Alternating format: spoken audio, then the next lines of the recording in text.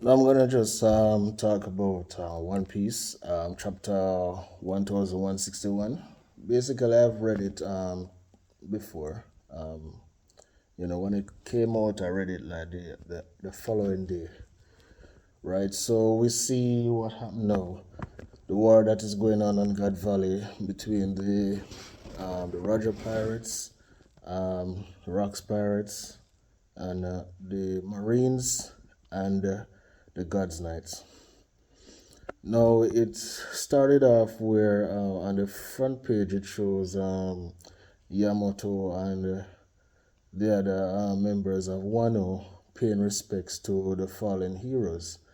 And we can see that there are everything is written in Japanese, but I've seen most of the names. So the person at the top is the person from the left is Toki.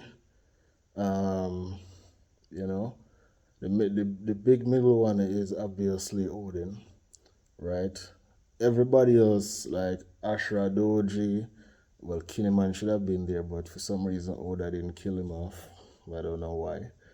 He should have got Kaido, got him, and for some reason the plot put it that he didn't die. He should have died.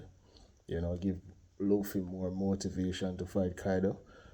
And even though Kaido he wasn't really at a disadvantage despite the fact he was holding up the entire island while fighting everyone because he 1v everyone, right? Now, I'm not going to go into the Wano aspects because Kaido allowed Luffy to beat him. He wanted the Joy Boy to fight him, and he got a somewhat Joy Boy. So that happened. All right. So everybody on the those the, at the shrine, those are the fallen members of both Scabbards, Yasui, most of who died. So basically the main characters that died, right? Um, we see a follow up where it shows God Valley and all of the fights that are going on between the pirates of the Rogers Pirates, the Rocks Pirates, the Marines, with Monkey D. Garp, Bogard, and the rest of them, and we have the Gods Knights as well. And we see that fishman-looking female God's Knight. For some reason, she shot a beam out of her mouth. I'm wondering if this was an early stage of what you call it, experiment. Even though I don't think Vegapunk was working with them at that time, but for some reason she shot a beam somewhat similar to what Kizaru did. Maybe it was an early stage, an early version of the power.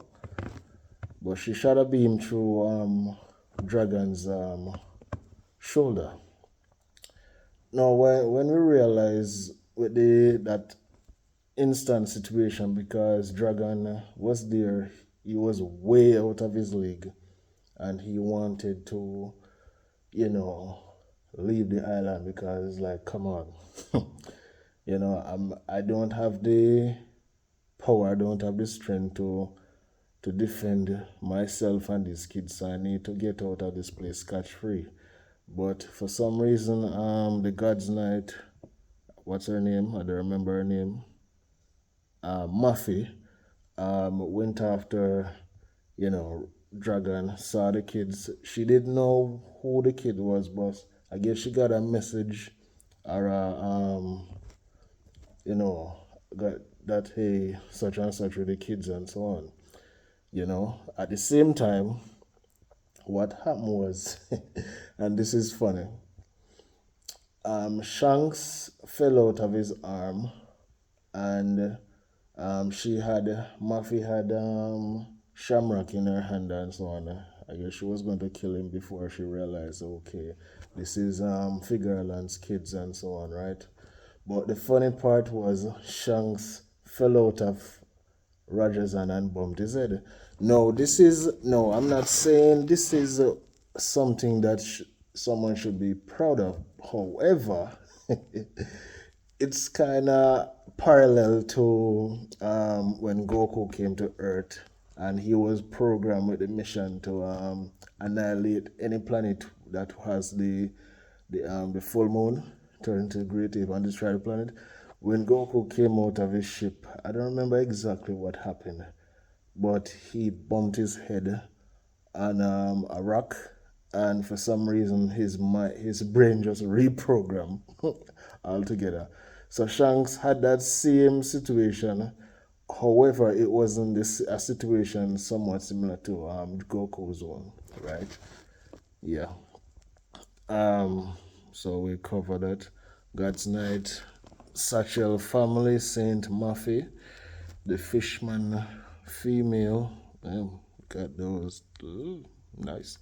Okay, yeah. Yeah, she shoot beam out of her mouth, as obviously. Now it reached to that point where I think was it really? No, Whitebeard. Whitebeard was going on a rampage with Big Mom. Big Mom thought Whitebeard was swinging his spear at her, and Murphy was in the way, and you know Murphy got the Darth Maul treatment when Obi Wan Kenobi cut him in two. Yeah, but they're gods now, so they're immortal. So they have that sign, that seal thing on their body where I'm guessing that's what the immortality power is about. It could also be um just like Shanks had that one on his arm before he got bitten off by the Sea King. I think that mark, and it probably have mentioned in the manga, maybe I don't recall, but I think this is my thought. I think that mark on his body, um, or maybe on every God's Knight's body, is like a sign for Emo. Like for example, when Emo transport himself and took over, um, what's her name?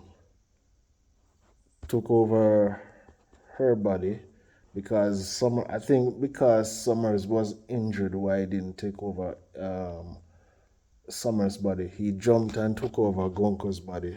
Because Gonko was healthy at the time. Maybe he doesn't jump. Maybe he don't jump into people who are already injured, right? So I'm guessing that's what that mark is. Maybe maybe it has two purposes. One, so you can teleport with that pentagram thing to any location that you've been summoned, just like the five elders, right? And it's also a purpose for any time Emo wants to make an appearance, he has the privilege to take over your body. So you know and I think just to go ahead of this manga, I think Emo um, is somewhat like a Guawood from Stargate SG-1. If you haven't seen that sci-fi series, you need to check it out. It's up there with Star Trek and Star Wars, right? So yeah, so we see all the fights, the loyal members of I call them loyal members. The loyal members of the Rocks Pirates were fighting the rival pirates and marines. You know, um, yeah, you see Garp was there on the island just going crazy, chaotic.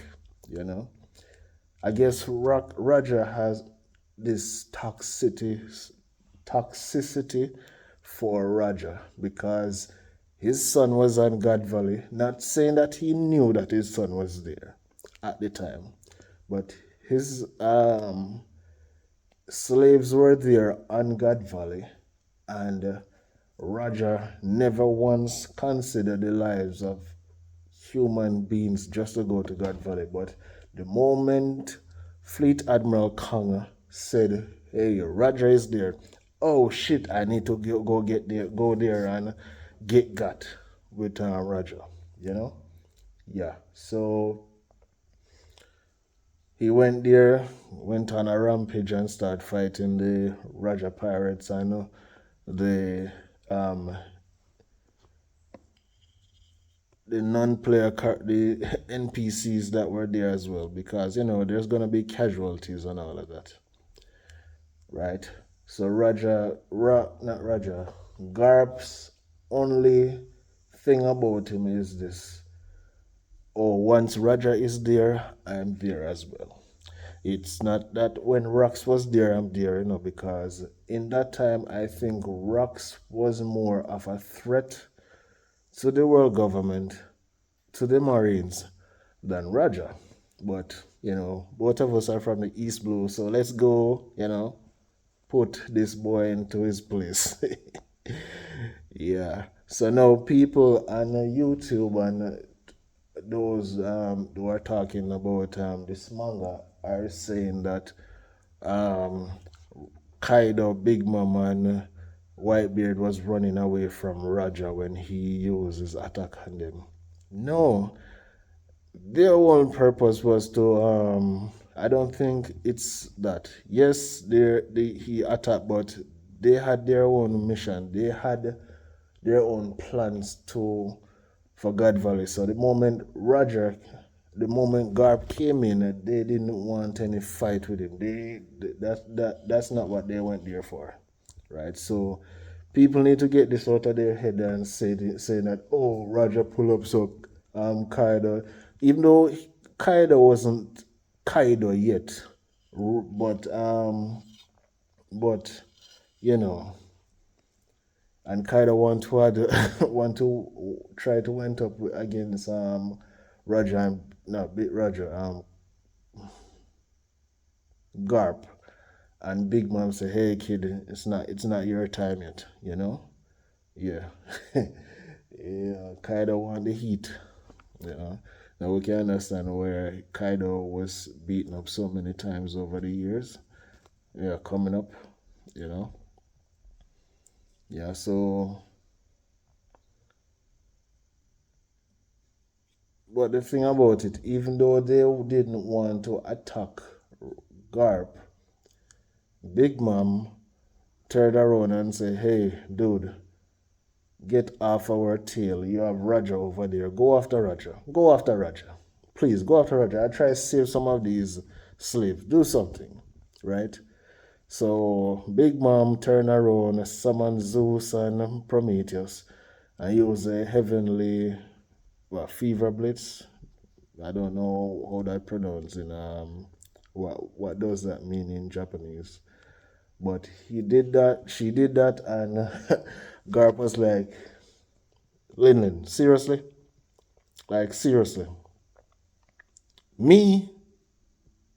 After I use an attack on you guys, just to clear the way because I want to have a one-on-one with Whitebeard, I just want to have a one-on-one with Roger, and you use that on me? He even use a term like, this isn't even hot enough to cook a prime rib Linlin. Dude, no, I can even go back to the part where I said that they didn't want to have a smoke with Garp. However, Big Mom took it on her head and turned around and attacked the dude. Like, and then Big Mom regrets everything that did happen in that moment, you know? Yeah, so we see a lot of fight scenes with every different gods knights doing their thing, and you know, I don't know if I was there, um, I don't know what I would do, but one of these gods knights are going down, you know. Yeah, so there's a lot that's been going on. It reached to that point where the Roger Pirates said, "Hey, we need to save Shakuyaku or Shaki," right? So they did their thing, and Summers was there and violating the beautiful Shakuyaku, and he almost killed her in the moment. And man, the goat coming. The goat coming. I rip this nigga in two. Ah! The goat come in with his partners and say, "Hey, my boy, one day Gabon is gonna come in and do the same thing, even worse to you. So what I'm doing to you right now is just is a little child blow. Is in Jamaica would say a man blow. You know, that's just a little baby strike you got from me. Yeah, and it went on and the chapter end right there. But in the last panel we can see Roger and Gabon crying because they lost the coin the coin drop to Rayleigh for rescuing Shaku Yaku. But then again, she didn't want them. She was already in love with Rayleigh, and we know what happened in the end with when we watch the anime. You know, Rayleigh is her husband. Just like when Luffy then went to Sabaody and they met her for the first time, and she used her experience with their strength and say, "Hey, you're nothing compared to my husband. My husband is 100 times stronger than all of you upcoming new generation pirates. Worst generation pirates." So yeah, that happened, and yeah, the chapter end there. You know, you know. But as I said, there are many things about One Piece that still haven't been mentioned, and there are certain things in this flashback that needs to be talked about, and I'm gonna make certain that I do that. So this is my first review. One day I'll do a full-on Twitch review and show the entire manga while I'm reading it and reacting to it at the same time. But for now, I'll just do these small videos and just talk about the chapter.